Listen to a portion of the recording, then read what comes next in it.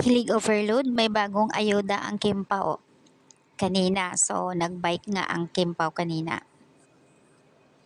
You always beside si wifey sa kanya. Yan talaga ang Kimpao. Grabe ang support nila sa bawat isa. Best kilig talaga. Ayan, wow, sweet naman. Ni Papi, always beside si Mami kay Papi. Very sweet nga naman. Nakakatuwa lang isipin na hindi lang pang gym, bike, ayan. Yun talaga yung pinaka-workout routine nila.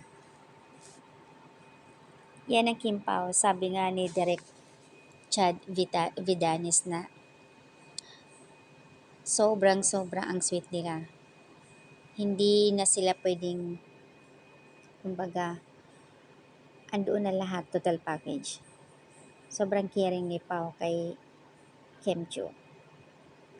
So, naniniwala na ang mga netizens ngayon na talagang iba.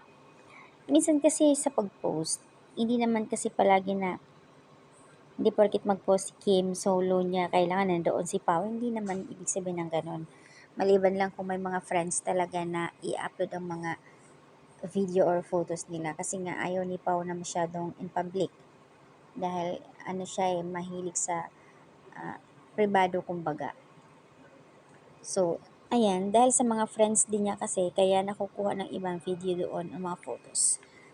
Pero nakakatuwa lang kasi, syempre hindi mapaghiwalay ang dalawa mag-gym, jogging. So, yung post ni Kim kanina sa IG story niya, yung Tumblr, pareho sila. Ibig sabihin, may jogging, may bike kanina ang dalawa. Ibang saya. Ganda ng ayuda nila. Magkasama ang mag-asawa. Love you so much. God bless.